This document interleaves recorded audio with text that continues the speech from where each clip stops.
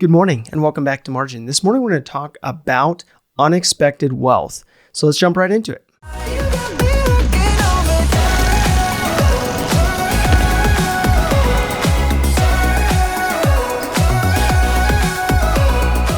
So as you operate within a plan to spend, as you live under your means, within your means, as you continue to save and invest in your future, you will notice something funny.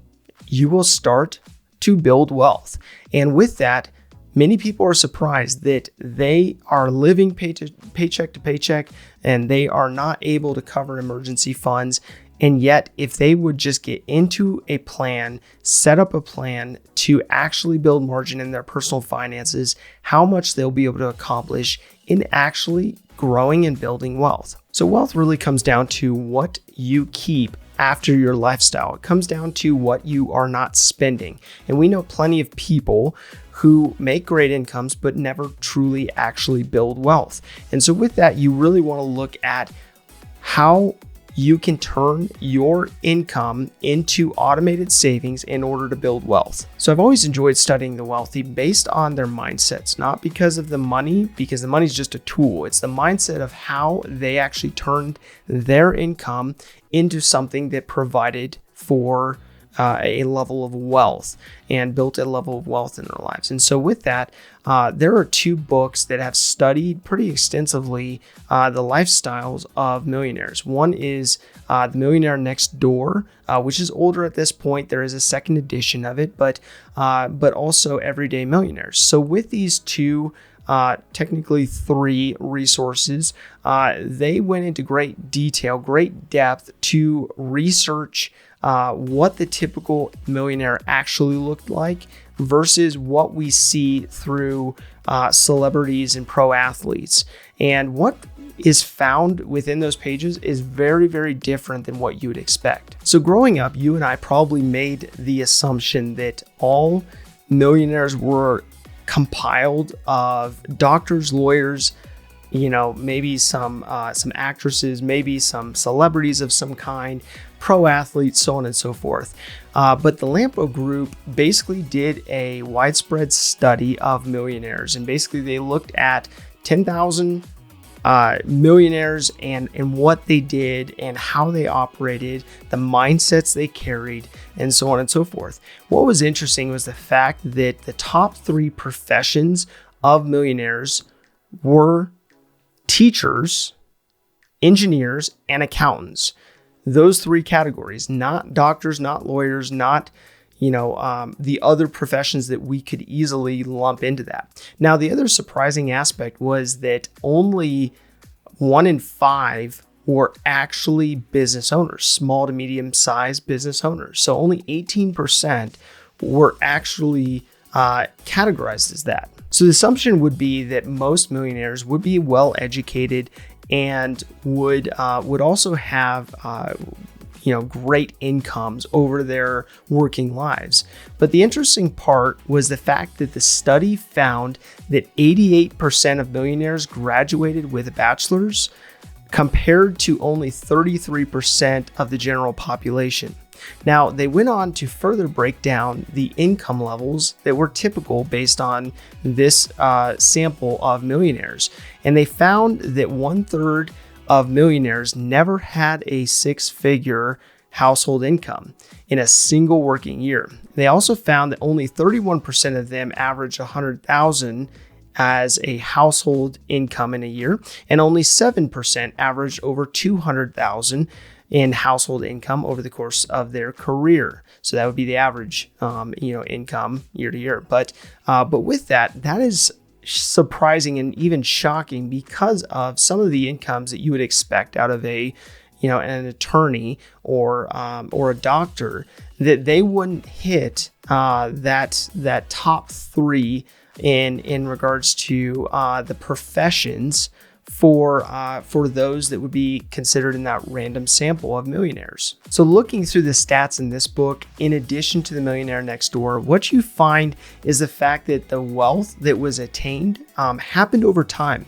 It wasn't something that was immediate, and it wasn't something that was just handed to them in most cases. So with that, they found that 75% make regular, consistent investing part of their ongoing personal finances. So with that, they are investing in a plan that's typically sponsored by their employer, and they may be investing outside of that as well. But what ends up happening is they are building wealth over time because they have margin in their finances to then attribute to savings, to retirement. And so with that, they went on to say that 70% of millionaires saved more than 10% of their income throughout their working years. And so oftentimes what you'll see is a high correlation between those who gain a great deal of wealth and those who are living within their means, those who are actually attributing a certain amount to saving every month, whether to a savings account or to a retirement account of some kind. The other stat that I find interesting, and I think many of you would find interesting as well, is the fact that the majority of these millionaires were also givers. And so with that, they typically give about 10% of their income, and typically that is occurring before they even hit the millionaire status. And so that is something that's ingrained in them to give back, and something that oftentimes people just assume that they're greedy, assume that they are keeping everything for themselves and they're not giving back. But being that 70% of these millionaires that were included in this random sample were actually giving at least 10% is pretty impressive. So as we go through this theme related to saving, I thought it'd be helpful to pull together stats from everyday millionaires that had to do with saving and spending. And they found that 93% of the millionaires that they interviewed actually stuck to a budget. So they operated within a plan to spend. And so with that, that was something that they did over their careers, over their, the period of time that they were building their wealth, assuming that they are continuing to build their wealth, of course, but they had that discipline built in so that they were operating based on making sure that they lived within their means, that they did not spend beyond what they actually had to spend. And so with that, they went on and basically said that 94% of millionaires say they live on less than they make, compared to 55% of the general population. And with that, they also took it a step further. They actually looked at how many actually planned for large purchases instead of running out and buying a new car or on a spur of a minute, moment going on a vacation or something like that. And they found that 95% of millionaires plan ahead and save for big expenses. So they're not, those that are just brashly making decisions and flying by the seat of their pants per se. They're actually planning in order to make sure that they build in that margin to be able to pay for those things that they're saving up for. So probably the most shocking stat that I found had to do with coupons. So over 93% of those interviewed said that they utilize coupons. Now, I've mentioned this before because I love coupons. I love being able to purchase something that's on sale or be able to use a special promotion to be able to buy the goods and services I'm looking for. So with that, I was kind of shocked to look at how many people were actually purchasing things on sale or with coupons, and not just buying things at retail. So the common misconception with the wealthy is that they stole the money that they have, that they cheated and stepped on the little man in order to gain the wealth that they have, and or inherited that money.